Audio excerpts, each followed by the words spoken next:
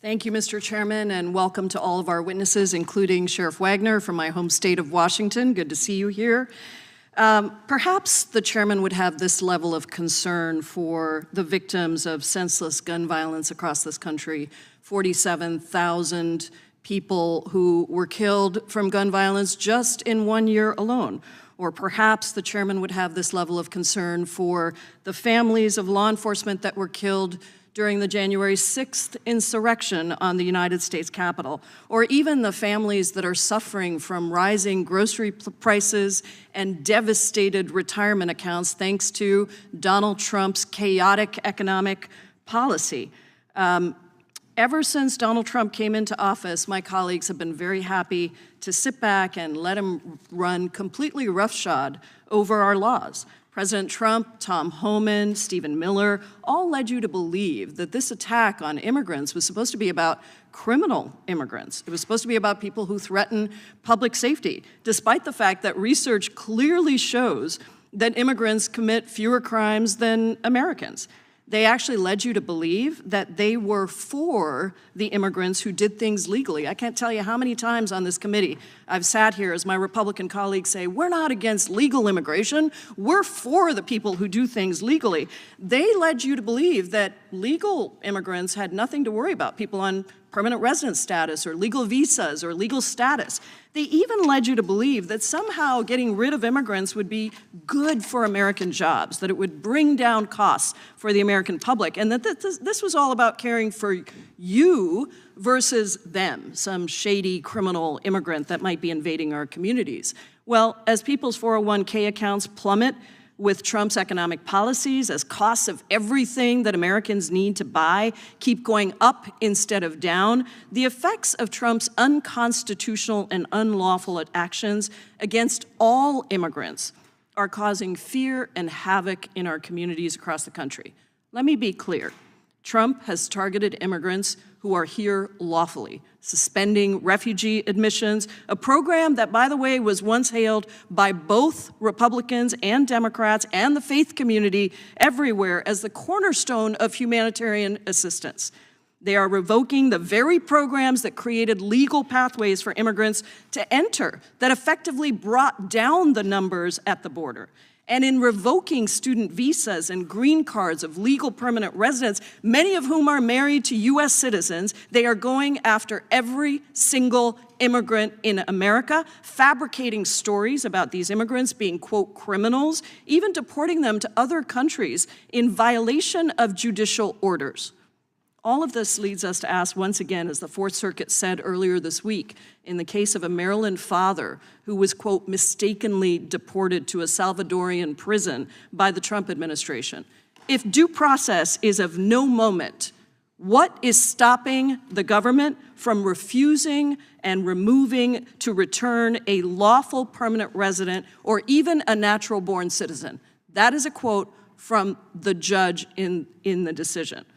This obsession to weaponize every part of the U.S. government against immigrants is hurting Americans. It's taking away critical resources for crime prevention and counterterrorism, drug interdiction, and other law enforcement at the Department of Justice and Homeland Security investigations, and it's terrorizing immigrants and their U.S. citizen family members, including those with no criminal background and with legal status.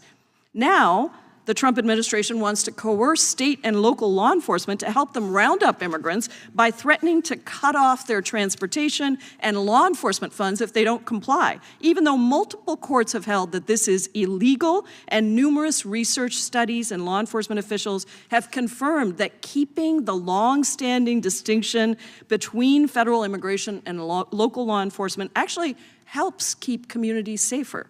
In 2019, my home state of Washington passed the Keep Washington Working Act with bipartisan support.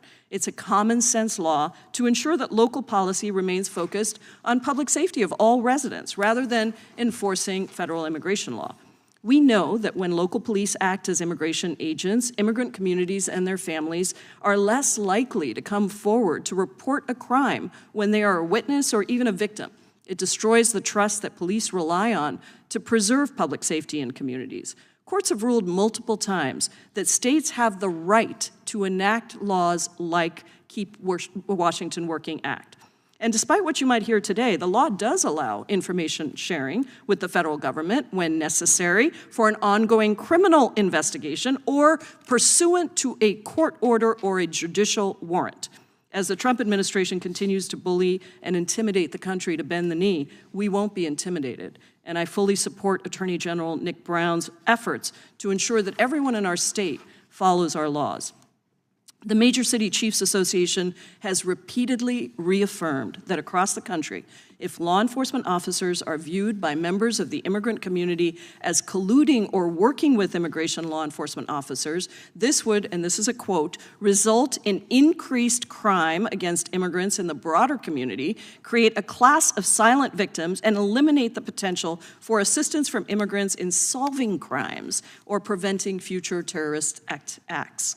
The Major Cities Chiefs Association has also explained that cooperation with the immigrant community is a crucial part of solving crime and preventing further criminal activity within the entire community, including ensuring protections for victims of domestic violence and sexual assault.